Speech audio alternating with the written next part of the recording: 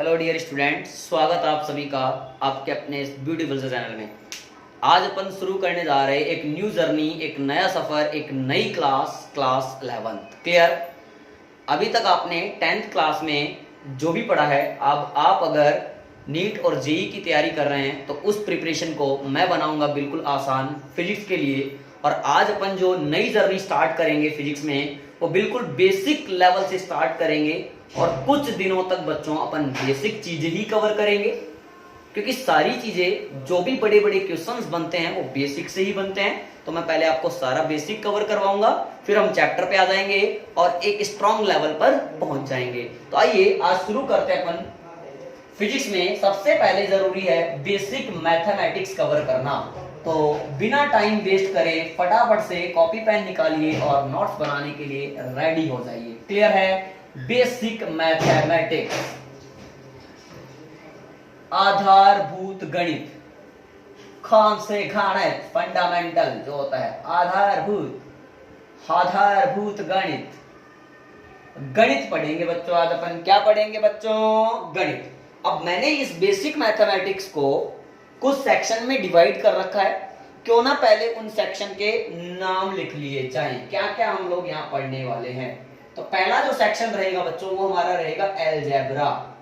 क्या रहेगा बच्चों? अलजेब्रा। इसमें हम लोग जो है बाइनोमियल थ्योरम हो गई, क्वाड्रेटिक इक्वेशन हो गए, लोग वाले कार्यक्रम हो गए, इस तरह की चर्चाएं करेंगे।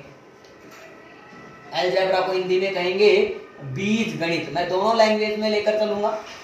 सेकंड पॉइंट हमारा बच्चों हम पढ़ेंगे यहाँ पर ट्रिग्नोमेट्री। सेकंड पॉइंट हम पढ़ेंगे बच्चों यहाँ पर ट्रिग्नोमेट्री, जिसको हम कहेंगे त्रिकोणमिति, जिसको हम बच्चे कहेंगे त्रिकोणमिति। क्लियर है? जो थर्ड पार्ट हमारा बच्चों रहेगा वो यहाँ पर रहेगा कोऑर्डिनेट ज्योमेट्री। 10th लेवल की बातें और कुछ 10 से हट करके कोऑर्डिनेट ज्योमेट्री, जिसको मैं हिंदी में कहूंगा मेरे प्यारे बच्चों निर्देशांक ज्यामिति। निर्देशांक ज्यामिति। क्लियर? अच्छा, फोर्थ पार्ट जो अपन लेंगे बच्चों वो अपन ले लेंगे इसमें डिफरेंशिएशन, कंसोसिएशन, डिफरेंशिएशन। अब ये जो है ये very important part of physics, अवकलन, जो कि मैथ में चलता है। लेकिन मैंने कहा मैं बनाऊंगा आपकी फिजिक्स को बहुत आसान। इसको कहेंगे इंटीग्रेशन। कौन सा ग्रेशन बच्चों? इंटीग्रेशन। नेक्स्ट जो है उसको हिंदी में कहते हैं समाकलन। ओके, पॉइंट नंबर 6 देखते हैं, लास्ट पार्ट देख लेते हैं, ग्राफ, है ना? कुछ ग्राफ भी हम लोग समझेंगे। इस तरह से मैंने आपकी बेसिक मैथमेटिक्स को इस 6 सेक्शन में डिवाइड कर रखा है। तो बिना टाइम खर्च करे हम पहला सेक्शन स्टार्ट करते हैं। दैट सेक्शन इज अलजेब्रा, बीज गणित। ओके, आइए प्यारे बच्चों, सबसे पहले मैंने इस अलजेब्रा की बात करी और अलजेब्रा के कुछ पार्ट हैं अलग अलग। तो इसमें ए पार्ट मैंने क्वाड्रेटिक इक्वेशन उठा लिया। क्वाड्रेटिक इक्वेशन, इसको हिंदी में कहते हैं बच्चों द्विघात समीकरण। अब मेरी बात सुनो, अब इसका सर फिजिक्स में क्या रोल है वो जरा हम लोगों को अच्छे से क्लियर करो। बिल्कुल बच्चों, वही क्लियर करने के लिए मैं आया हूं। आप समझना, क्वाड्रेटिक इक्वेशन, द्विघात समीकरण। भैया इक्वेशन दो नहीं है, इक्वेशन तो एक ही है। Oh my God, one equation.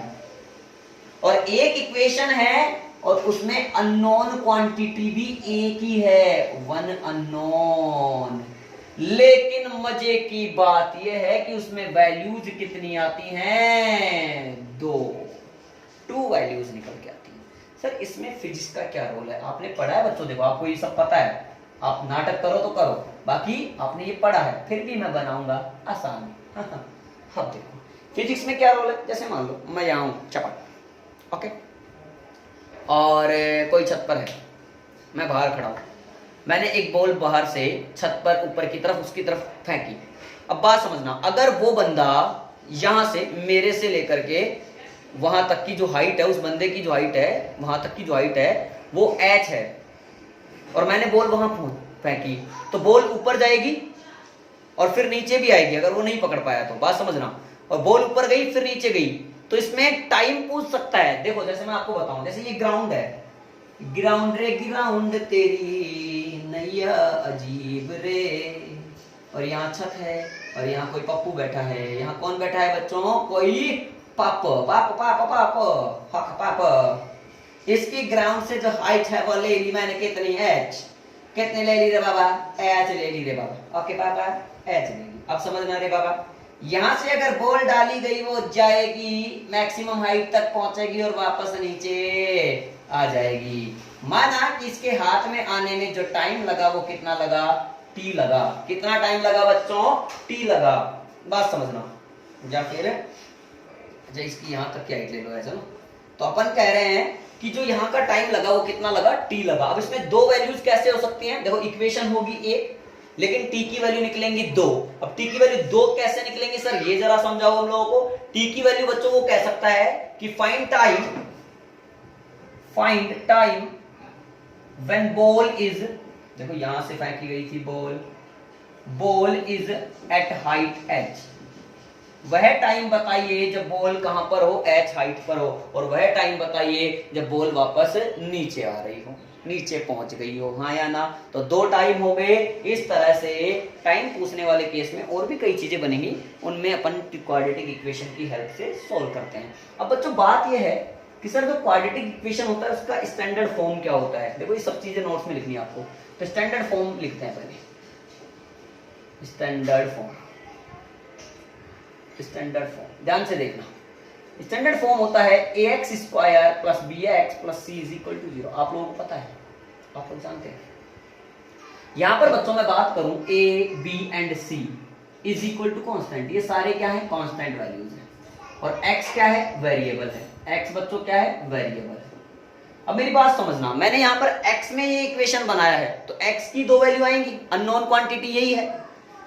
अब वो किसी भी वेरिएबल क्वांटिटी को चाहे जैसे y, z, a, b, c, p, q कुछ भी किसी भी प्रकार से अपने हिसाब से सिंबलाइज कर सकता है, और कांस्टेंट को भी किसी भी हिसाब से सिंबलाइज कर सकता है। ओके बच्चों, इस तरह से ये है। अच्छा बच्चों, इसमें अगर x की दो वैल्यू निकालनी है तो किस तरह से सोल्व करना होगा? तो solution of quadratic equation. Shridharacharya, x is equal to minus B plus minus under root of B square minus 4ac upon का 2। बच्चों एक बार रखेंगे प्लस तो वैल्यू बनेगी x1। मान लो इसके दो वैल्यूज हैं, एक x1 है तो एक x2 है। बात समझना। तो प्लस रखने पर आया x1 और माइनस रखने पर आया मान लीजिए x2। क्लियर? तो अपन इसको अलग से भी लिखें तो कैसे लिखेंगे? आप यहां तक का नोट करो, फिर मैं आगे बढ़ता हूं। यहां तक समझ में आया? अब देखो, अब आ गया। अब मैंने क्या करा बच्चों? देखो मैंने एक बार प्लस रखा तो x1 की वैल्यू कितनी आई? Minus B plus under root of B square minus 4ac upon का 2a। और x2 की वैल्यू कितनी आई? माइनस बी, या माइनस रख लो, under root of B square minus 4ac upon का 2a। x1 भी आ गया और x2 भी आ गया। बच्चों एक बार x1 और x2 को ऐड कर लो, तो x1 प्लस x2 जब करोगे तो ये दोनों कैंसिल आउट होंगे, ये प्लस का और ये माइनस का। तो क्या बचेगा? Minus B upon 2a, minus B upon 2a। तो कुल मिलाकर के कितना आएगा सर? माइनस का 2b अपॉन 2a। तो ये 2 से 2 कैंसिल हो जाएगा, तो x1 प्लस x2 कितना आएगा? Minus b upon a। यानी कुल मिलाकर के इसके जो रूट आ रहे हैं, जो सॉल्यूशन आ रहे हैं, उसका एडिशन कितना आता है? माइनस बी अपॉन ए आता है। क्लियर है? और अगर मैं इसका इंटू निकालना चाहूं x1 इंटू x2, वो आता है c by A. Clear? Okay बच्चों, खास बात ये है इसके सॉल्यूशन में जो ये रूट वाली क्वांटिटी आ रही है बी स्क्वायर माइनस 4ac, इसको बच्चों हम कहते हैं डेल। क्या कहते हैं? Del operator. तो इफ, ध्यान से देखना, del is equal to B square minus 4ac is equal to 0। मान लीजिए डेल की वैल्यू कितनी आ गई? 0। Then x1 is equal to x2। एक पॉइंट ये हो गया। अगर मान लीजिए if del is equal to B square minus 4ac does not equal to 0, then x1 does not equal to x2। इस तरह से आपका ये क्वाड्रेटिक इक्वेशन का खेल कंप्लीट हुआ। अपन इसमें सवाल भी नोट करेंगे बच्चों, अभी हम सवाल करने वाले हैं, पहले आप लोग इतना नोट कर लीजिए, ठीक है, हो गया। आइए अब एक सवाल नोट करते हैं। आओ प्यारे बच्चों, एक सवाल, एक एग्जांपल देखते हैं क्वाड्रेटिक इक्वेशन का। करना तुम भी सो, मैं भी करता हूं। आइए, क्वेश्चन है if t² minus 5t plus 6 is equal to 0। आज मैं गणित पढ़ा रहा हूं बच्चों। Then t is equal to क्या होगा? अब t की दो वैल्यू निकालनी पड़ेगी। सबसे पहले डेल चेक करो, वैसे कोई जरूरी नहीं है, फिर भी चलो चेक करते हैं। वैल्यूज रख लें। a की वैल्यू कितनी दिख रही है? t वेरिएबल है तो a हो गया 1, b कितना दिख रहा है? माइनस का 5, c कितना है? 6। अब डेल क्या होता है? b² minus 4ac। तो बच्चों डेल निकाला, b की वैल्यू माइनस 5 का स्क्वायर माइनस 4, a कितना है बच्चों? 1, c कितना है? 6, माइनस 5 का स्क्वायर 25, 6 इंटू 4 24। तो डेल की वैल्यू कितनी आ गई? 1, जो कि डज नॉट इक्वल टू 0 है। Then we can say that x1 अलग आएगा और x2 अलग आएगा। तो hence t1 is equal to minus b। बच्चों क्या है माइनस b? बोलो माइनस b, यानी माइनस माइनस प्लस हो गया। अरे यार ये माइनस और b की वैल्यू है माइनस का 5, ठीक, प्लस अंडर रूट ऑफ, एक बार 1 रख लो प्लस लगा करके, माइनस b प्लस माइनस यानी प्लस ले रहे हैं, b² माइनस 4ac रूट में अपॉन 2a, 2a की वैल्यू 1। तो t1 is equal to 5 plus 1 upon 2 यानी 6/2, यानी कितना आया बच्चों? 3 आया। एक t1 की वैल्यू कितनी आ गई? 3 आ गई। इसी तरह से t2 कैसे निकालोगे? माइनस लगा करके 5, ठीक है ना, माइनस 1 अपॉन 2 यानी 4/2, यानी कितना आया बच्चों? तो एक वैल्यू आ गई 3 और एक वैल्यू आ गई 2। मैंने कहा था एक इक्वेशन होगा, एक या नॉन क्वांटिटी होगी, बस उसकी वैल्यू कितनी आएंगी? 2 आएंगी। वो होता है क्वाड्रेटिक इक्वेशन। नोट करें, फिर एक सवाल और आप ले लेंगे, ठीक है, हो गया। नेक्स्ट क्वेश्चन लेते हैं। आइए आइए बच्चों, प्यारे बच्चों आइए बच्चों, क्वेश्चन है if 4x² minus 4x plus 1 is equal to 0 then x क्या होगा? आप ट्राई करें प्यारे बच्चों, ट्राई करें एक बार फटाफट से। पहले डेल बताओ, इसका डेल कितना आ रहा है? बताओ बच्चों, डेल बताओ, कमेंट में बताओ डेल, कमेंट करके बताओ डेल कितना आया। तो डेल निकालोगे, इसके लिए a कितना है? 4 है, b कितना है? माइनस 4 है, c कितना है? 1 है। तो डेल कैसे आता है? b² माइनस 4ac करने से आता है। तो b² कितना होएगा? 16 माइनस 4, a का मतलब 4, c का मतलब 1। ओ माय गॉड, 16 माइनस 16 कितना आया? नीलवट्टा सन्नाटा, यानी 0। ओहो, अगर डेल की वैल्यू 0 आ गई then we can say that x1 should be equal to x2। अब x1 निकालोगे तो माइनस b जो कि प्लस 4 हो जाएगा, plus under root of 0 upon में 2a यानी 4, कुल मिलाकर के आया 4/8, कुल मिलाकर के आया 1/2। इसी प्रकार x2 भी कितना आएगा? 1/2। बात समझ में आ रही है? एक बात आपके मन में चल रही है कि सर डेल जब 0 आता है तो दोनों रूट सेम आ जाते हैं, दोनों सॉल्यूशन इक्वल आ जाते हैं। डेल जब 0 नहीं आता और कोई पॉजिटिव वैल्यू आ गई तो ठीक है, x1 अलग आ जाता है और x2 अलग आ जाता है, दो वैल्यूज निकल के आ जाती हैं। ओके सर, जब डेल की वैल्यू नेगेटिव में आ जाए, जब रूट वाली वैल्यू नेगेटिव में हो तो क्या होगा? बात समझना। Note, if del is negative या डेल बराबर negative then x1 and x2 will be imaginary. कैसे होंगे बच्चों? इमेजनरी। x1 और x2 कैसे होंगे? यहाँ पर इमेजनरी होंगे। That is no solution. इसका मतलब ये हुआ कि यहाँ पर कोई सॉल्यूशन नहीं निकलेगा। बात समझना, क्लियर है? अगर डेल की वैल्यू नेगेटिव में आ गई तो उस इक्वेशन का कोई सॉल्यूशन नहीं होगा। इस तरह से हमने अलजेब्रा का ए सेक्शन कंप्लीट किया, बाइनोमियल थ्योरम। अब इसमें बी पार्ट है इसका, वो है क्वाड्रेटिक इक्वेशन का, हमने अलजेब्रा का एक क्वाड्रेटिक इक्वेशन कवर करा। अब अपन कवर करते हैं बाइनोमियल थ्योरम। बी पॉइंट है, गर्मी तेज है तो बोलते क्या है, लिखते क्या है? Binomial theorem. हिंदी में कहते हैं बच्चों इसको द्विपद प्रमेय। अब फिजिक्स में बहुत सारी जगह पर हमें अप्रोक्सीमेशन लेना होता है। क्या लेना होता है बच्चों? अप्रोक्सीमेशन लेना होता है। तो कुल मिलाकर this theorem is used for approximation. तो मैं यहाँ लिख देता हूं, this theorem is used for approximation in numericals.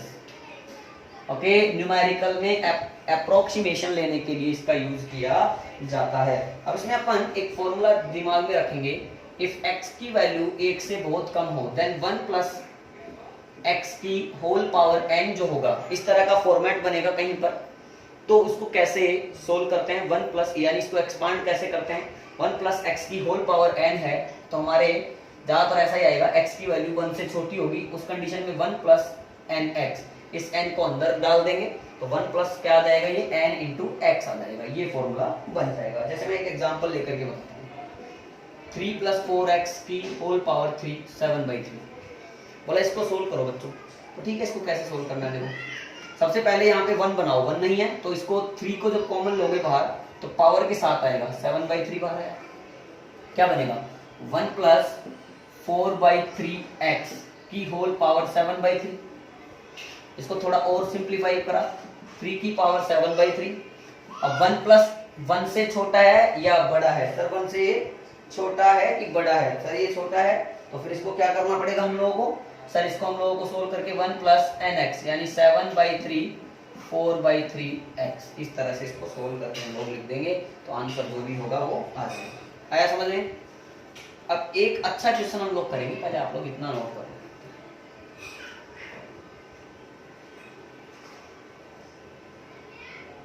ठीक है, बायनोमियल थ्योरम पर बेस्ड एक फिजिक्स का अच्छा सा न्यूमेरिकल हम लोग सोल्व लेते हैं और फिर उसको इफ समझना, मास ऑफ ए, लिखना है क्वेश्चन आप लोगों को, mass of a moving body is given as, क्या बोला है, m is equal to m not upon under root of 1 minus V square upon C square. किसी चलती हुई वस्तु का, किसी भी मूविंग बॉडी का मास इस तरह से दिया गया है, clear, where m not is equal to 10 kg, c is equal to speed of light, c क्या है, स्पीड ऑफ लाइट है, और v जो है वो स्पीड ऑफ बॉडी है। इसकी वैल्यू दे रखी है 3 इंटू 10⁻⁷ मीटर पर सेकेंड। देन बताना है m की न्यू वैल्यू क्या होगी, सोल्व करके m निकालना है फंडा, तो ध्यान से समझना। m बराबर m नोट कितना है 10 upon under root of 1 minus बच्चों b स्क्वायर, v कितना है 3 इंटू 10⁻⁷, 3 का मतलब 9, 10 की पावर 7 का मतलब 10⁻14 अपॉन c क्या है, स्पीड ऑफ लाइट, कितना होता है स्पीड ऑफ लाइट 3 इंटू 10⁸, तो 9 इंटू 10⁻16, n कितना आया 10 upon under root of 1 minus 9 से 9 कैंसिल 1/100।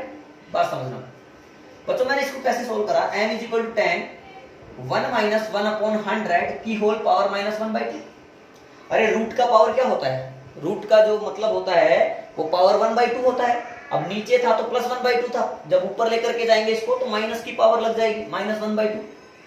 अब बच्चों m को सोल्व करना है तो 10 1 प्लस nx वाला फॉर्मूला यूज करो। यहां पर आपकी जो x की वैल्यू है वो माइनस 1/, देखो मैं लिख लेता हूं इसको, 1 प्लस माइनस 1/100 की होल पावर माइनस 1/2, तो ये बन गया 1 प्लस x की होल पावर n। तो m is equal to 10 1 plus nx, n की वैल्यू कितनी है माइनस 1/2, x की वैल्यू कितनी है माइनस 1/100, ये सिंप्लीफाई होता चला जा रहा है, 10 1 ये माइनस माइनस प्लस हो गया 1/200।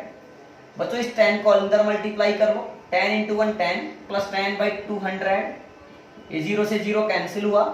बच्चों इसको सोल्व करा तो m इज इक्वल टू कितना आ रहा है 10 प्लस 1/20, तो m is equal to 10 plus 1/20 का मतलब 0.05, तो m कितना आया 10.05 kg आया। क्या समझ में? इसका मतलब m की वैल्यू जो है वो स्पीड के साथ वेरी होती चली गई और हमें जो सिंप्लीफाई करके आंसर मिला वो मिला 10.05 kg। क्लियर है बच्चों? आज का ये जो वीडियो लेक्चर है उसमें इतना ही काफी है और आई होप आज आपको अलजेब्रा के जो मैंने 2 सेक्शन पढ़ाए हैं वो दोनों सेक्शन अच्छे से क्लियर हुए होंगे।